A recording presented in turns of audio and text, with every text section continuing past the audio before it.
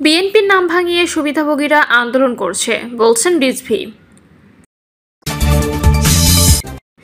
এদিকে নিরপেক্ষতা যাচাইয়ে আগে স্থানীয় সরকার নির্বাচন দরকার, বলছেন নূর। প্রথম আলো ডেইলি স্টার নিয়ে ক্ষোভ ঝাড়লেন আইন উপদেষ্টা।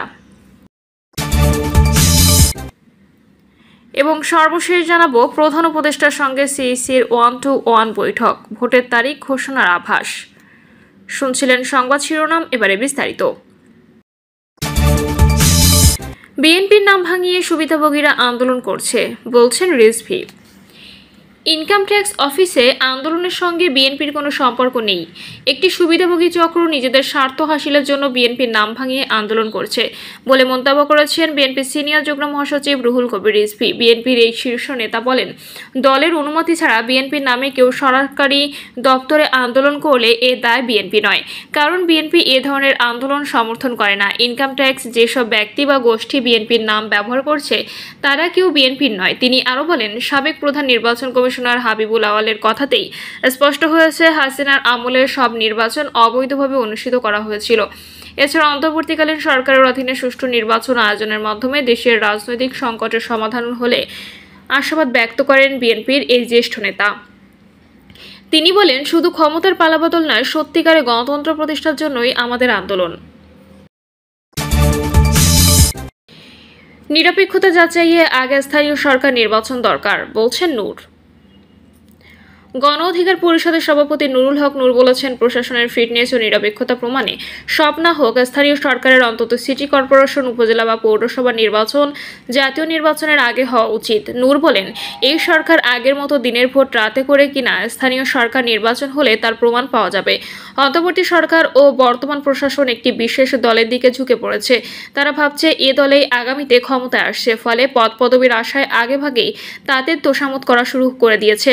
সেই দলের নেতারা কোথাও গেলে তাদের ভিআইপি প্রোটোকল দেওয়া হয় অভিযোগ করে তিনি আরও বলেন, কোনো বিশেষ দলকে মাথায় তোলার প্রবণতা বাদ দিতে হবে। স্থানীয় পর্যায়ের সরকারের সুরক্ষা কার্যক্রম সকল রাজনৈতিক দলের মতামত নিতে হবে। তিনি আরও বলেন, আনুপাতিক হারে নির্বাচন নিয়ে একটি প্রধান রাজনৈতিক দল ছাড়া সব দলই একমত।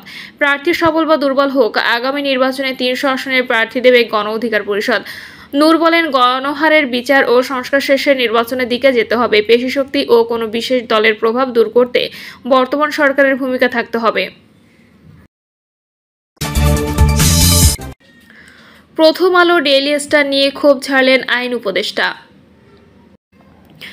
অন্তর্বর্তী সরকারের আইন, বিচার ও সংসদ বিষয়ক উপদেষ্টা ডক্টর আসিফ নজরুল প্রথম আলো ও ডেইলি স্টারের সাংবাদিকদের মান নিয়ে প্রকাশ্যে অসন্তোষ প্রকাশ করেছেন। তিনি পত্রিকা দুটির বিরুদ্ধে অপসাংবাদিকতার দুটি উদাহরণ তুলে ধরেন। আসিফ নজরুল বলেন, প্রায় 13 থেকে 14 বছর আগে ঢাকা বিশ্ববিদ্যালয়ের আইন বিভাগের একজন লেকচারার খালেদা জিয়ার বিরুদ্ধে প্রচণ্ড আজেবাজে মন্তব্য করলে ছাত্রদল তার বিরুদ্ধে মিছিল করে তার পদত্যাগ চেয়েছিল।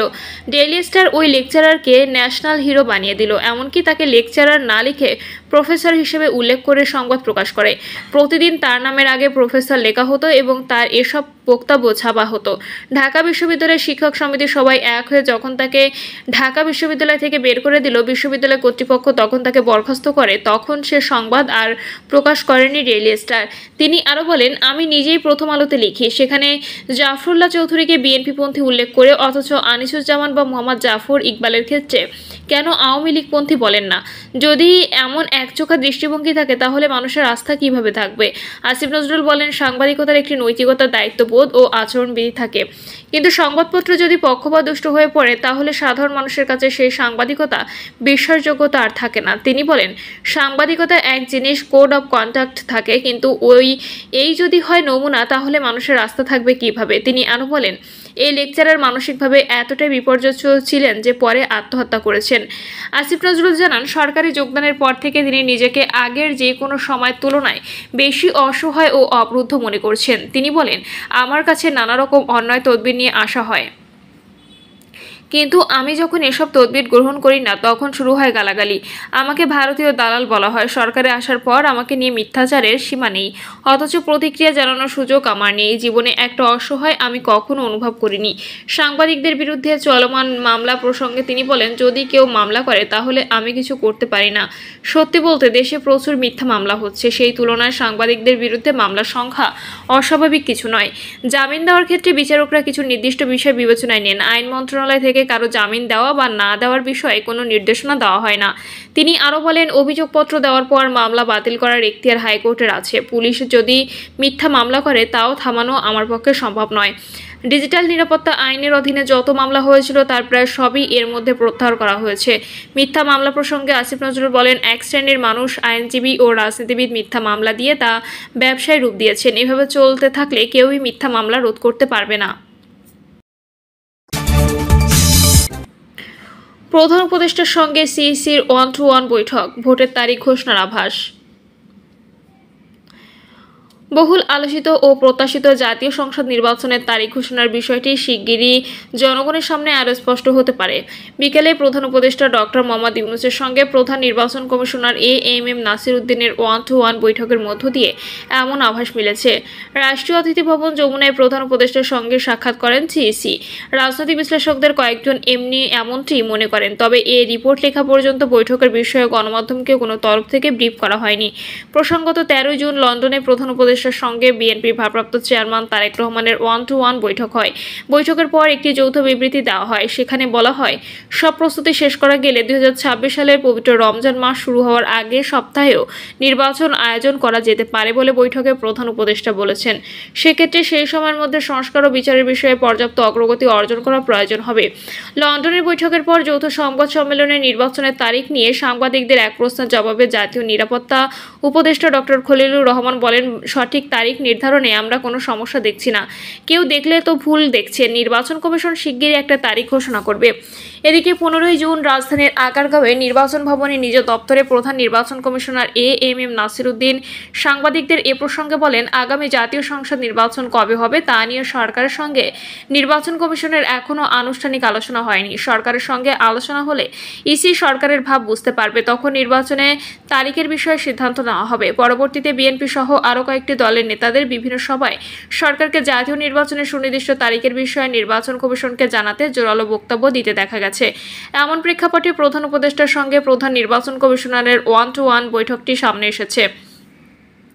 এ থেকে ধারণা করা হচ্ছে এটি লন্ডন বৈঠকের ফলো-আপের অংশ হতে পারে। বিশ্লেষকরা মনে করেন, প্রধান উপদেষ্টার সঙ্গে সিইসির এই সাক্ষাতের পর জাতীয় নির্বাচনের তফসিলের আগে একটি সুনির্দিষ্ট ভোটের তারিখ ঘোষণা করা হতে পারে। এমনও হতে পারে, প্রধান উপদেষ্টার সঙ্গে অনুষ্ঠিত বৈঠকের সারমর্ম তুলে ধরতে প্রধান নির্বাচন কমিশনার ফুল কমিশনের সঙ্গে বৈঠক করতে পারেন।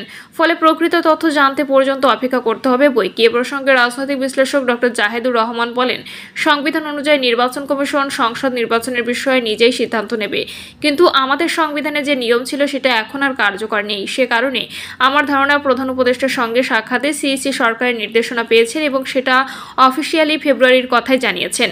এখন নির্বাচন কমিশন সুবিধামতো একটা ঘোষণা দেবে। আমার মনে হয় বেশি দেরি করবে না। ডক্টর জাহিদুর রহমান আরও বলেন, নির্বাচন কমিশনের এর আগে ডিসেম্বরের জন্য প্রস্তুত থাকার কথা ছিল, এটা তারা বলেছেও। কারণ প্রধান উপদেষ্টা কিন্তু ডিসেম্বরে নির্বাচন হতে পারে, তার বক্তব্যে এটা আছে। সুতরাং নির্বাচন কমিশন নির্বাচনের প্রস্তুতি এমনিও নিচ্ছিল, এখন হয়তো অফিসিয়ালি ফেব্রুয়ারির কথা জানিয়েছেন। আমার মনে হয় এখনই সরাসরি ঘোষণা দিয়ে দেবে তা নয়, সুবিধাজনক সময় দেখে হয়তো ঘোষণা দেবেন। আরেক রাজনৈতিক বিশ্লেষক ঢাকা বিশ্ববিদ্যালয়ের রাষ্ট্রবিজ্ঞান বিভাগের অধ্যাপক কাজী মোহাম্মদ মাহবুবুর রহমান বলেন, লন্ডন বৈঠকের পর দুই পক্ষ থেকেই বলা হয় আলোচনা ফলপ্রসূ হয়েছে এবং সেখানে ফেব্রুয়ারির বিষয়ে একটা আভাস ছিল। বিশেষ করে সে সময় বৈঠক শেষে যৌথ ব্রিফিং থেকে বলা হয় শিগগির নির্বাচন কমিশন তারিখ ঘোষণা করবে। ফলে প্রধান উপদেষ্টা ও সিইসি বৈঠকে ওই বিষয়টি যে প্রধান আলোচ্য বিষয় তা নির্দ্বিধায় বলা যায়। প্রিয় দর্শক, এই ছিল এখনকার সর্বশেষ সংবাদ। আপডেট সব সংবাদ পেতে চ্যানেলটি সাবস্ক্রাইব করে বেল আইকনটি ক্লিক করে রাখুন।